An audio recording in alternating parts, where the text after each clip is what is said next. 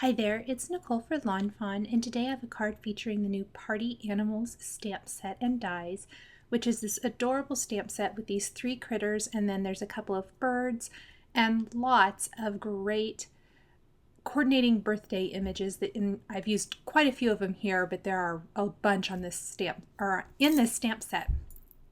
I am using some different markers to color today.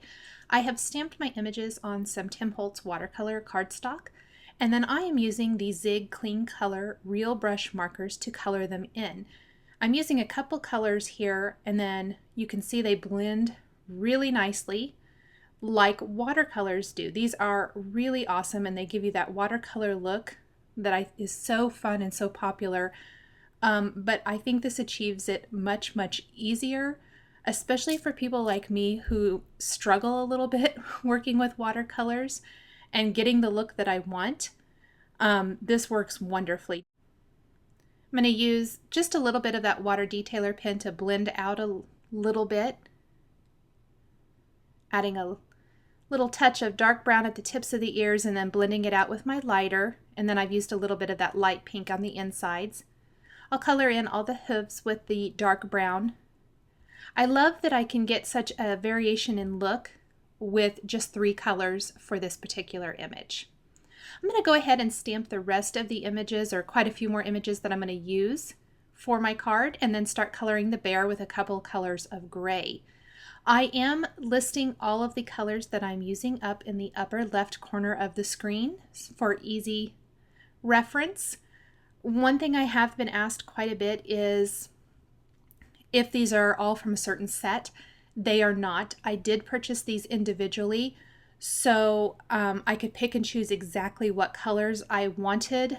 I kind of know from like Copic markers what kind of colors I tend to gravitate towards and what I use a lot of as far as what kind of images I color. And so I kind of stuck to those same basic color families, a lot of browns, a lot of grays, so neutrals. And then for the brighter colors, I stuck to colors that I tend to like. So for me, it was just a personal preference to buy them individually rather than buying a whole set. I'm going to combine a couple colors of blue. I love this combination. And then I'll pull in those colors to fill in that little area that I left white so that it's much more lighter than the rest of the balloon. And then I'll move to the fox, which has a little bit of a reddish tint to him. Again, only using 3 colors per critter makes it very easy, and you can really see how those colors react and work with one another to blend. And I'll just keep working that until I get him all colored the way I want him to look. I'd love these 2 colors for kind of that reddish brown look. Go ahead, and I added a little bit more of the darker color. I'm going to add a little pink to the cheeks and then a little pink to the tummy before going in with my lighter beige brown, coloring in the face and a little bit of the tail and the stomach. And I'll go back with my pink to blend that out even more. If you get some of the darker color on the tip of a lighter marker, all you have to do is brush that off like I've done in the upper corner there or on a scrap piece of paper. And I love that light green and teal together. That's a really pretty combination as well. Now you don't have to combine the markers or blend them. I use them individually there for the stripes on the one birthday hat. I'm going to do that for the same thing for the polka dot hat. Those areas are so teeny tiny anyway, so I just stuck to a single color for those. Now for the little bird, I added blue and yellow, and then I'm going to take my water detailer pen and pull that blue down into the yellow. And I felt like it got a little too light, so I went back in with a little bit more blue, and then I'm going to use my water pen again to pull that color down before coloring in the birthday hat. Use a little orange for the beak as well. For the gift, I'm going to use some pink and orange, blend those 2 out, and then I'll go back and color the bow and ribbon with the pink marker. And for the birthday cake, I just scribbled a little of the dark brown and then took the water detailer pen and lightened that up and spread the ink around. Use a little yellow for the candle flicker. Add a little pink, again take my water pen and pull that color across to lighten it just a tiny bit, and then a little blue for the candle itself. Once the images are dry, I am going to take my coordinating party animals die cuts and line those up over the images and hold them in place with a little post-it tape so that I can run them through with one pass of the machine. Instead of cranking it through each individual time for each image, I can get all of them die cut with one pass of the machine. Go ahead and finish that. And then I'm going to pop all of these out and I'll be ready to put together the rest of the card. Now, I always like to take a black gel pen and add some detail to the eyes and noses sometimes of the critters. I think it really adds a nice finishing touch and really makes those eyes pop. So I'm going to go ahead and do that so I can set that aside. It doesn't take long to dry, but it does take a little bit before I die cut the frame panel to frame up the cute little critters. I'm going to die cut the large A2 size stitched rectangle die from Fawn, as well as one of the new stitched oval dies. This will create the frame. Die cut those from some Simon Says Stamp Island Blue cardstock. Then I'll take the oval and die cut that from some Audrey Blue cardstock to give it a nice little contrast for the framed up piece. Go ahead and grab all those.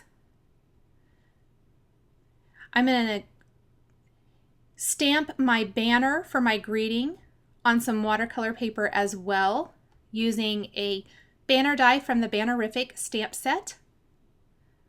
And before I stamp the greeting from the Party Animals stamp set, I'm going to color in this banner with those Zig Clean Color Real Brush markers. And I'm going to blend 3 colors. I'm going to use pink, orange, and yellow.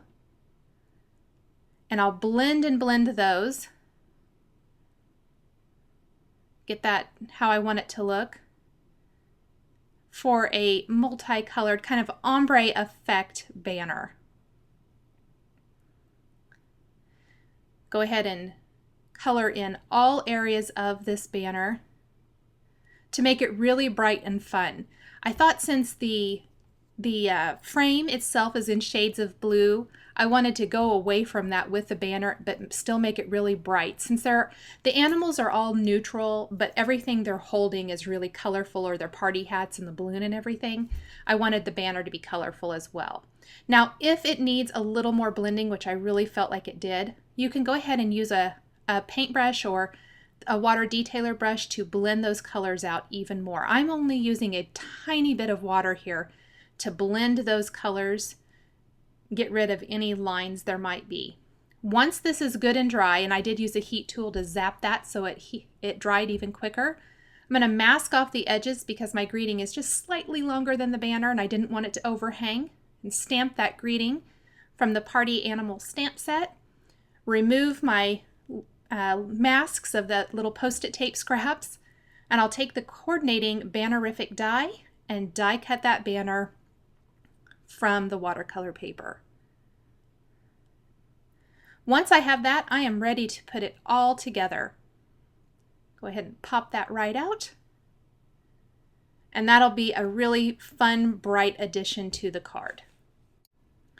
I've placed some adhesive on the back of my darker blue frame here, some 3-dimensional adhesive, foam adhesive, and I'll attach that right to my white card base. And then I'm going to attach that lighter blue oval to the center of that. And I'm attaching my banner then with foam adhesive. And then I'll attach the animals with foam adhesive to kind of make them more flush with the outside darker blue frame. And then I will adhere the rest of the elements using traditional adhesive. I'm using a lot of liquid adhesive, the Zig glue pen here, just because the images are small, that or some glue dots for some of the pieces as well. And originally I thought that balloon was going to be, for some reason I thought it needed dimension, and it didn't. So I'm going to just pop or pull off that foam adhesive, and I used a glue dot to glue that in place instead. So I will finish adding all of these pieces, and then I'm going to take the Zig Wink of Stella clear glitter brush marker, and I will add some subtle glitter to the balloon, the party hats, and the gift, and the little flame on the candle, and that will really finish off all of those little areas on the card. And that will be it. Thanks for watching this video showcasing the Lawn Fawn Party Animals stamps and dies. The supplies I've used are listed and linked below the video here on YouTube. Thanks for watching, and we'll catch you next time.